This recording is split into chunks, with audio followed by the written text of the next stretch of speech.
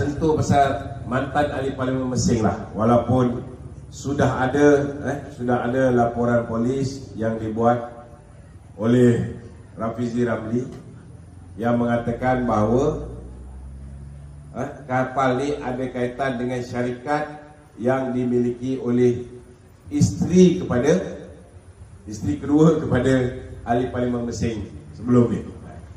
Itu dia yang jawab. Cuma saya nak beritahu kebobrokan Pakatan Harapan ni, tuan-tuan. Itu sebabnya bila kita nak bagi orang mentadbir negara, kita kena cari pertamanya orang yang elok, yang keduanya pandai. Kalau dia perangai elok, dia lilit serban tinggi macam mana pun, dia tak pandai, jahanam negara. Kalau orang tu, tuan-tuan, perangai tak elok, tapi dia pandai. Dia pandai lah sekali, dia pandai menipu kita, kita pun jahanam juga. Jadi ianya kena seimbang. Pertama elok, kedua pandai. Saya nak beritahu tuan-tuan, kapal LCS ini, saudara, yang menjadi masalahnya ialah pandangan di antara Boston Naval Shipyard.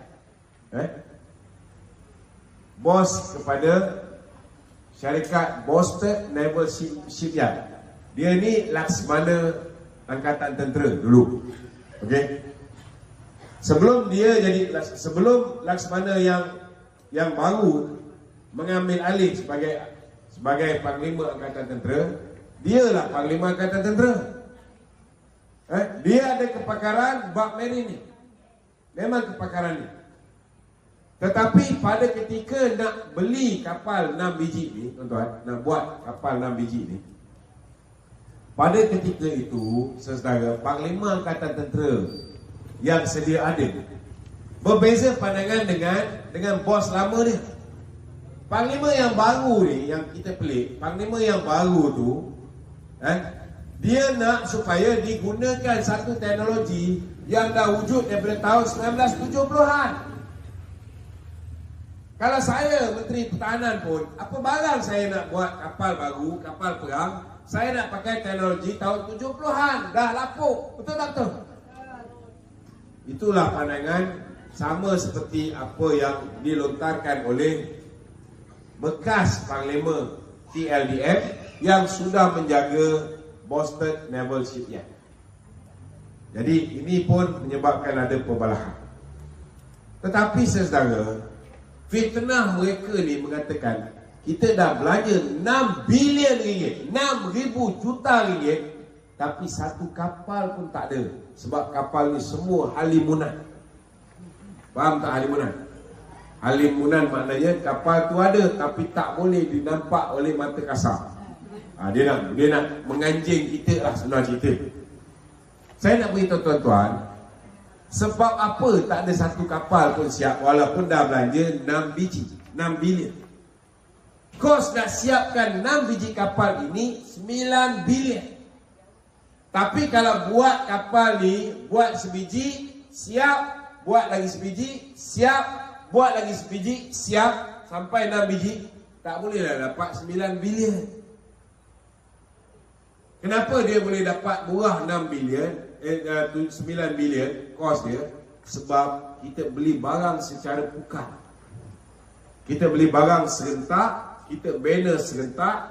Jadi bila beli barang banyak, kita dapat dengan harga yang lebih murah. Ini orang mana pun tak payah belajar universiti pun boleh tahu. Betul tak? Kita pergi beli beras satu kampit. Beras harga kawalan, mungkin tak boleh nak jadikan contoh. Kita beli apa lagi? Katalah beli baja satu kampit, harga RM50. Kalau kita beli 1,000 kampit, takkan harga RM50. Betul tak? Mestilah dapat murah, tuan-tuan. Jadi 6 bilion ni sudah dibelanjakan untuk membina, untuk membeli barang-barang hardware, semua sekali barang nak buat ni, dan software, termasuk barang elektronik, termasuk barang senjata peperangan, semua sekali dah beli. Dah hampir lengkap lah, belum lengkap habis sebab ada lagi 3 bilion belum dibelanjakan. Jadi kapal ni dibuat serentak. Dan mengikut Mat Sabu pada tahun 2019, kapal ni dah siap 52%. Maknanya mana datang logik kapal ni? Tak ada. Kapal ni ada. Cuma kapal ni tuan-tuan, saudara, bila dah siap dia punya body, biasanya apa yang dia orang buat, dia orang akan buat majlis pelancaran kapal. Jadi bila buat majlis pelancaran kapal itu, dia akan suruh seorang wanita melancarkan kapal itu. Ini memang budaya Navy, jangan tahulah. Dan menamakan kapal tersebut. Kalau dia kata, apa pasal pula apa ni isteri kepada Sultan Nazrin pula yang melancarkan dia. Saya nak beritahu, isteri Mat Sabu pun pernah melancarkan kapal ketika Mat Sabu Menteri Pertahanan. Jadi maknanya dia orang tahu tapi buat-buat tak tahu. Dia orang tahu, dia buat-buat bodoh, tuan-tuan. Tapi saya percaya memang bodoh pun. Itu realiti. Jadi saya nak beritahu tuan-tuan, tahun 2019 mereka membuat keputusan menghentikan pembinaan kapal itu. Bila dia hentikan pembinaan kapal itu, bila kita tukar kerajaan, bila wujudnya kerajaan yang dipimpin oleh Datuk Seri Ismail Sabri, sekitar tahun 2022, Datuk Seri Ismail Sabri telah meluluskan supaya dibelanjakan baki lagi 3 bilion untuk siapkan kapal itu. Tetapi masa itulah tuan-tuan, pembangkang memainkan isu kata dah belanja 6 bilion tapi kapal tak siap. Sebenarnya yang berhentikan pembinaan kapal ini mereka. Tetapi yang jadikan isu kenapa kapal ini tak siap, dia orang juga. Tapi ada orang kita pun termakan. Ini masalah ni tuan-tuan. Itu sebabnya jangan sesekali kita biarkan orang yang tak tahu mentadbir negara, tak boleh membuat penilaian yang wajar, penilaian yang waras menggunakan otak, akal, fikiran yang rasional. Kalau kita tak pilih orang yang cerdik ni tuan-tuan untuk menjaga negara ini akan karam. Sama seperti bagaimana kapal 6 biji kapal LCS ini tuan-tuan. Saya nak beritahu, ada di antara barang-barang yang dah beli tu tuan-tuan, ada kemungkinan besar sekitar 1 bilion lebih, ada kemungkinan besar barang-barang ni dah tak boleh digunakan. Akibat dia apa?